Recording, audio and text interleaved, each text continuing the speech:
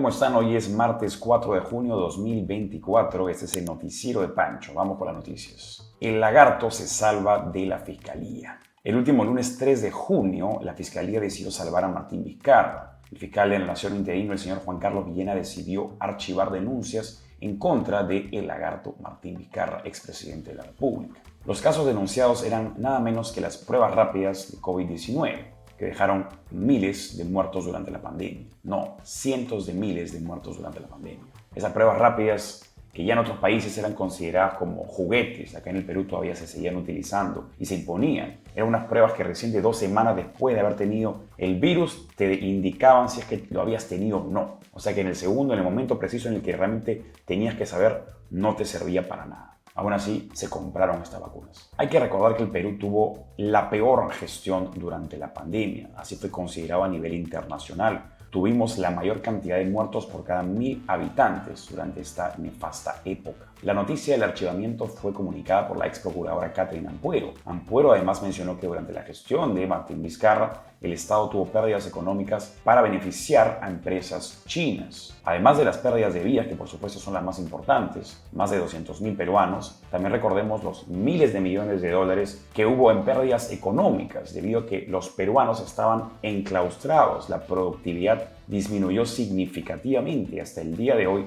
seguimos pagando por esa recesión. Además, recordemos que estas cuarentenas tenían unas reglas que parece que no tenían mucho sentido, o que el presidente no supiera qué estaba haciendo. ¿Se acuerdan de esa semana donde los hombres salían el lunes y las mujeres salían el martes? Y luego la gran controversia era, ¿qué pasa si un hombre que parece mujer sale a la calle? ¿Qué día tiene que salir? El presidente dijo, si parece mujer, entonces es mujer. Esa era entonces la discusión. Esa era lo más importante en pandemia, era saber si las mujeres que parecían mujeres o parecían hombres, en qué día debían salir. Esta situación por lo menos debería ser investigada por la Fiscalía. ¿Por qué se ha archivado? Recordemos además que Martín Vizcarra también estuvo involucrado en el caso Vacuna Gate, donde tanto él como otros funcionarios se vieron beneficiados de estas vacunas que llegaron antes. Y lo hicieron además a espaldas de los peruanos. Hasta el día de hoy, Martín Vizcarra sigue negando que se ha puesto la vacuna cuando debe tener una gama por lo menos de una docena de distintas vacunas en su cuerpo. Catherine Ampuero dijo lo siguiente: indignante que el fiscal de la Nación, Villena, haya dispuesto a archivar y no formular denuncia constitucional contra Martín Vizcarra y exministros por adquisición irregular de pruebas rápidas durante la pandemia de COVID-19, que ocasionó miles de pérdidas de vidas humanas y cuantiosas pérdidas económicas para beneficiar a empresas chinas, hechos que denuncié en 2021.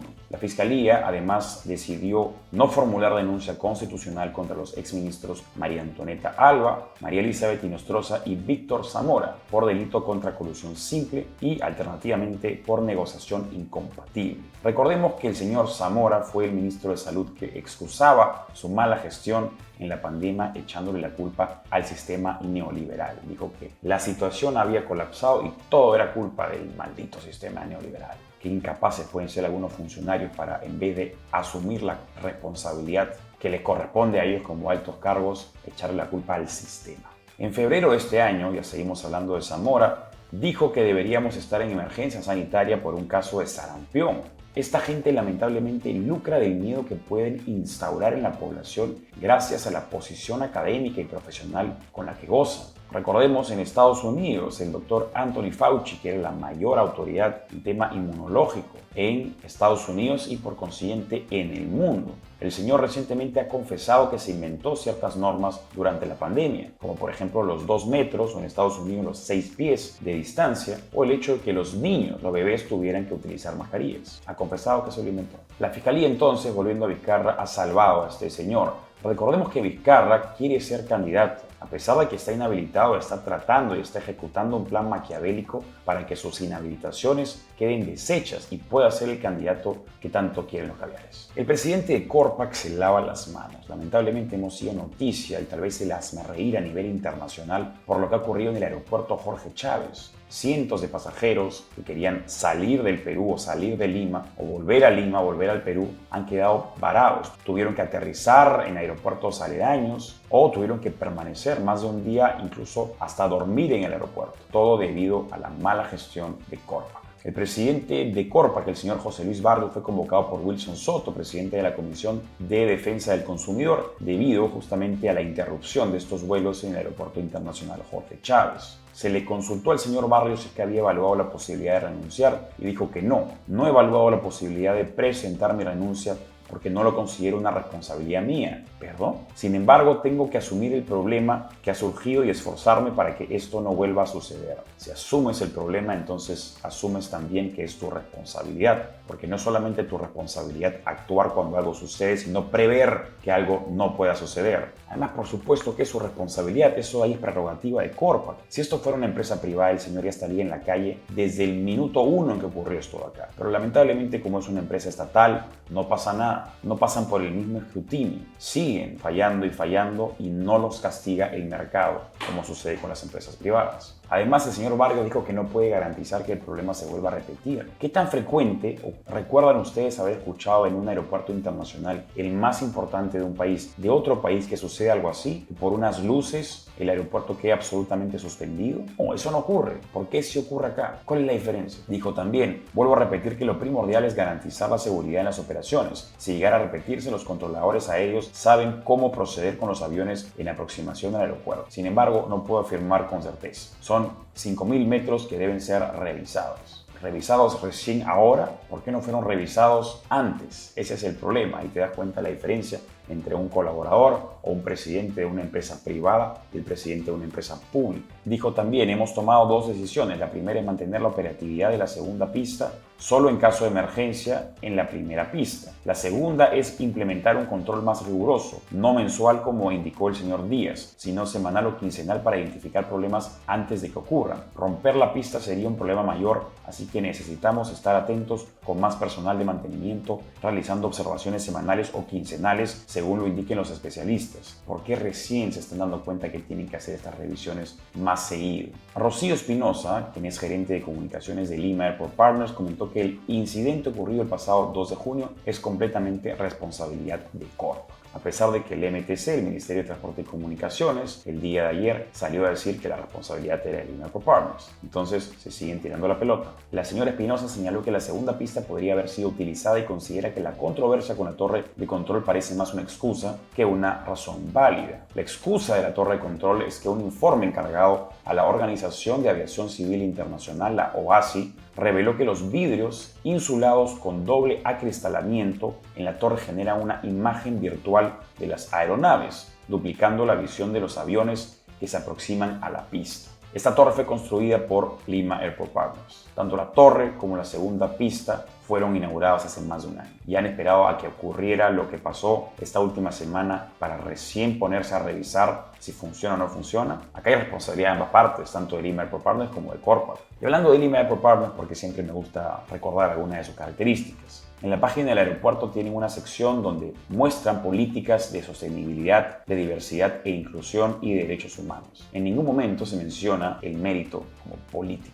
En Lima Airport Partners, la inclusión y el respeto por la diversidad son parte de nuestra estrategia de negocio para garantizar la inclusión y la diversidad y la equidad laboral. O sea, la inclusión y la diversidad ayudan a la inclusión y la diversidad. Ajá. O sea, el aeropuerto se cae a pedazos. Además, recordemos que hay taxistas con antecedentes penales. LAP tampoco se hace responsable, a pesar de que la administración de la playa de estacionamiento es su responsabilidad. Pero por lo menos repiten una y otra vez la palabra diversidad e inclusión. Gracias, Lima Airport Partners. Por lo menos creo que el presidente de Corpac debería ser castigado pasando por el aeropuerto por un día. Tener que pasar por el mismo calvario que han tenido que pasar todos los pasajeros que estaban esperando poder despegar y dormir en el aeropuerto. Mínimo debería tener un castigo semejante. Revocatoria contra Oscorima. El Guayqui de Dina Boluarte podría estar en peligro. El gobernador de Ayacucho, el señor Wilfredo Oscorima, se encuentra nuevamente en problemas. Y es que tras las revelaciones de la reunión en Palacio de Gobierno, donde presuntamente a cambio de unos aretes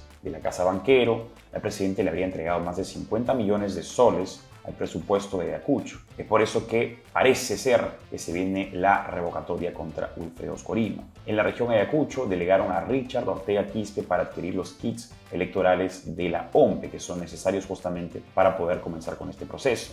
Por otra parte, el asesor legal del Frente de Defensa del Pueblo de Ayacucho, Alan Tapia, dio unas declaraciones a distintos medios y señaló que los presuntos actos de corrupción donde se encuentra involucrado el regidor, entre ellos el caso Rolex, y Obrains. La Asamblea General del Frente de Defensa del Pueblo de Ayacucho ha organizado y ha delegado a Richard Ortega Quispe, que es el acreditado para adquirir kit electoral con fines de recabar las firmas que por ley se requiere para generar la revocatoria de Wilfredo Oscorima. Además, también aprovechó para mencionar que tanto Dina Boluarte como el señor Wilfredo Oscorima han encubierto el asesinato de 10 ayacuchanos. Recordemos que el tema de los asesinatos se encuentra en investigación y sucedió en el contexto de las manifestaciones violentas de estas personas que salieron a defender a Pedro Castillo. Alianza contra la delincuencia entre el Ministerio del Interior y la Fiscalía. El Ministro del Interior y la Fiscalía conformarán equipo de alto nivel con la finalidad de luchar contra la delincuencia en el país. Tanto necesaria. Recordemos que hace no mucho en una encuesta se indicó que para la mayoría de la población lo más importante es justamente luchar contra la delincuencia. Previamente, el ministro del Interior, Juan José Santibáñez,